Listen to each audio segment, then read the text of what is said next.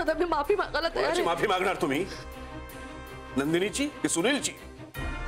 आणि तुमच्या माफी मागण्यानं तुमचं पाप धुतलं जाणार आहे असं वाटतंय का तुम्हाला? यावरून तुमचा हेतू स्पष्ट होतो की तुम्हाला काहीही करून हे लग्न होऊ द्यायचं नव्हतं।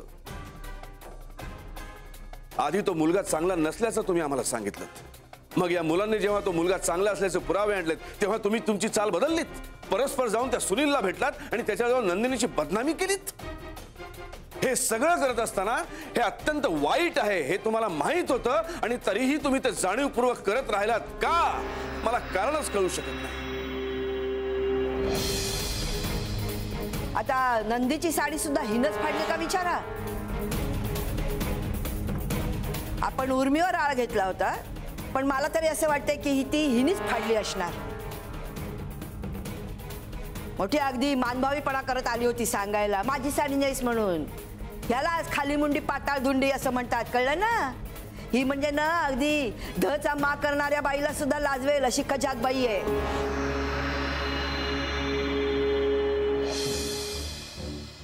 कुमुद, असं का केलंस ग बाई? तिनं काय घोडं मारलं होतं तुझं? आणि तुला हे कळत नाही का ग? नंदिनीचं लग्न हे यांच्यासाठी, माझ्यासाठी, या घरातल्या प्रत्येकासाठी किती महत्वाचं आहे ते।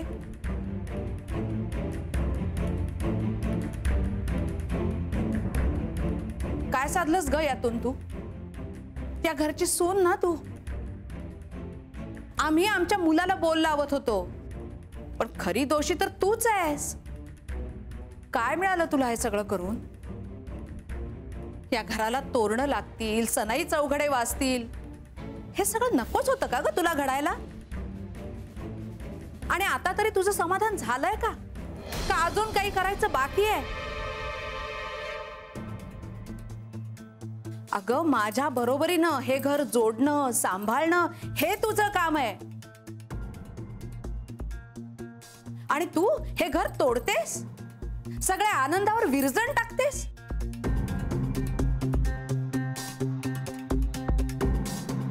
आमच्या सगळ्या प्रयत्नांवर बोळा फिरवतेस। आणि काय वाटलं असेल ग त्या पाहुण्यांना? घरची थोरली सून येते आणि सांगते मुलगी पांढऱ्या पायाची आहे, हिला करून घेऊ नका। तुला शोभलं नाही हे कुमुद? अगं लहान गावात राहतो आपण, ही गोष्ट पसायला वेळ लागत नाही। आधीच तिचे एक लग्न मोडलं, आता ही पांढऱ्या पायाची आहे असं जर 4 गावात पसरलं तर कोण पत्करणार आहे तिला? मग तिनं काय आयुष्यभर बिन लग्नाचं राहावं असं वाटतंय तुला? का तुमच्या घरात तुकडे तोडत राहावं? अगं तू माझ्या पोरीचं घर हिरावून घेतलंस ना तर देव सुद्धा तुझं घर हिरावून घेईल बघ। न्याय असतो देवाच्या दारात, कळलं ना? देव कशाला? जे काम माणूस करू शकतो ते देवानं करावं म्हणून वाट कशाला बघायची? रामचंद्र, कुमुदने या घरातला सुनेचा मानच नाही तर राहण्याचा हक्क देखील गमावलेला आहे। अरे काय झालंय? एवढा का रेसलेस आहेस तू? रेसलेस नाही होणार तर काय? हे आहेत ना एक एक माझे हितचिंतक, हे असले म्हणजे या लोकांची जादू टोण्याची, गंडे दोऱ्यांची दुकानं बंद केली ना मी, म्हणून आता माझ्यावरच उठले ते। उगाच बिनबुडाचे आरोप करत सुटायचं। काय तर म्हणे मी माझ्या मुलीचं लग्न मठवाल्याशी लावून दिलं, आता मठवाला जावई करून मी त्यातून पैसे कमवणार म्हणे। काय तर मी चोरून माझ्या मुलीचं लग्न वैदिक पद्धतीने लावून दिलं। माझ्या मुलीचं लग्न मी चोरून वैदिक पद्धतीनं? काय वेळ लागले काय या लोकांना? हे बघ ना, मी लबाड असं लिहित आहे ते, लबाड। हे तुझं असं चाललेलं असतं ना म्हणून पेपर लपवून ठेवते मी। हो मग? अरे हे काय नवीन आहे का विद्या? अगं बघ ना, उगाच बिनबुडाचे आरोप करतायत माझ्यावर। मग पुरावे असोत नसोत काही बोलायचं का? मी सोडणार नाही या लोकांना बघ। विद्या, अरे तू त्रास करून घेऊ नकोस ना। मुळात काय आहे ना, मी माझ्या तत्वांशी आणि माझ्या मुलीशी फार प्रामाणिक आहे सीमा, आणि कुणीही या दोघांपैकी कोणावरही संशय घेत असेल ना तर मी सोडणार नाही। अशी अद्दल घडवेन ना या लोकांना की जन्मभर लक्षात ठेवतील कोणाशी गाठ पडली होती ते। म्हणजे काय करणार आहेस तू? मी काय करणार? माझी लेखणी हे माझं अस्त्र आहे। आता या लोकांना कळेल की लेखणी स्वैर सुटते म्हणजे काय होतं ते। विद्या, तू जरा शांत हो बघू। मी शांतच आहे। काय आई कशी आहे आता? काय झालं सीमा? काळजी करण्यासारखं काही आहे का?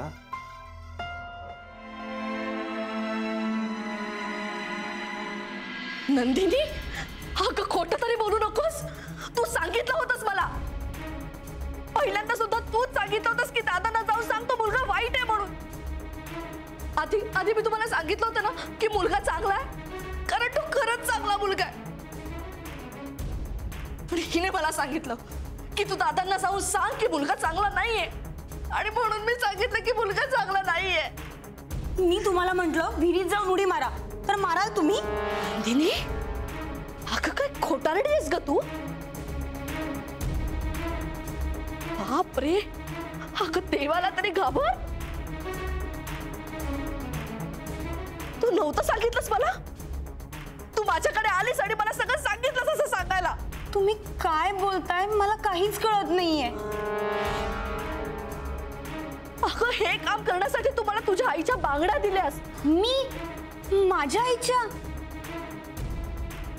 आणि मला म्हणाली होतीस हे लग्न मोडलं तर तुम्हाला सोन्याने मोडवीन म्हणून.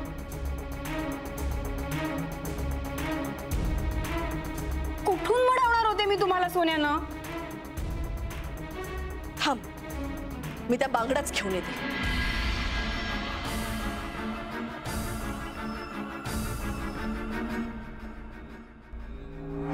माझ्या आईने माझ्यासाठी ठेवलेल्या बांगड्या कुठे आहेत? त्या कशाला पाहिजेत ग तुला आत्ता? पाहिजेत मला. त्या बांगड्या घालून कुठं रात्रीचा मिरवाला जायचंय तुला? मला माझ्या आईच्या बांगड्या हव्या आहेत.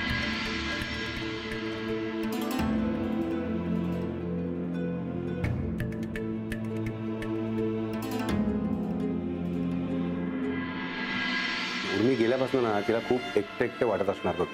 हो रे, खरं तर तिला भेटल्या ना की बरं वाटेल त्यांना, पण त्यांची तब्येत बघ ना किती नाजूक झाली आहे ते. दुसऱ्या डॉक्टरकडे जाऊ म्हटलं तर त्यालाही नाही म्हणते ग ती.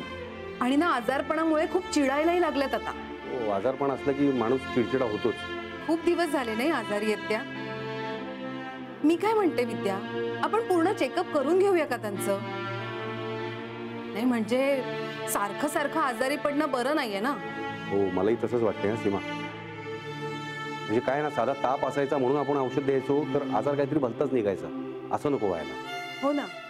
नाही म्हणजे डॉक्टर म्हणाले आहेत की काळजी करण्यासारखं तसं काही कारण नाहीये म्हणून. ते बोलायला काही बोलतील ग, पण मला असं वाटतंय की आपण सेकंड ओपिनियन हे घेऊच या. हो हो.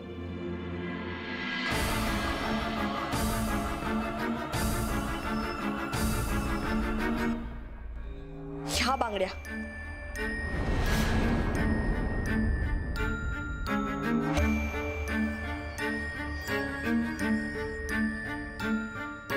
ह्या नंदिनीने दिल्यात मला.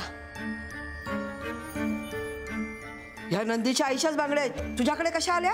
तेच तर सांगते ना अक्काबाई, तिनेच दिल्यात मला. दिल्या म्हणजे घालायला दिल्या.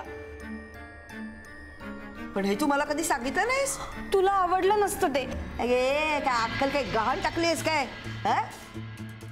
सोन्याच्या बांगड्या देतेस घालायला? ही काय कोण तुझ्या नात्यातली आहे का गोत्यातली आहे? आणि तुला माहितीये का, तुझ्या सोन्याच्या बांगड्या घालून ती तुझ्यावर आरोप करते. नाही नाही ते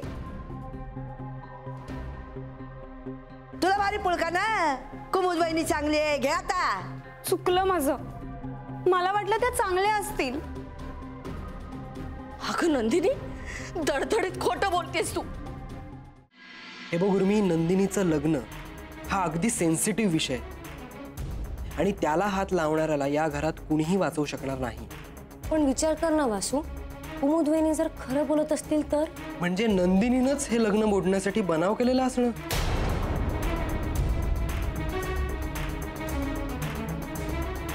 तिलाच हे लग्न करायचं नसेल तर?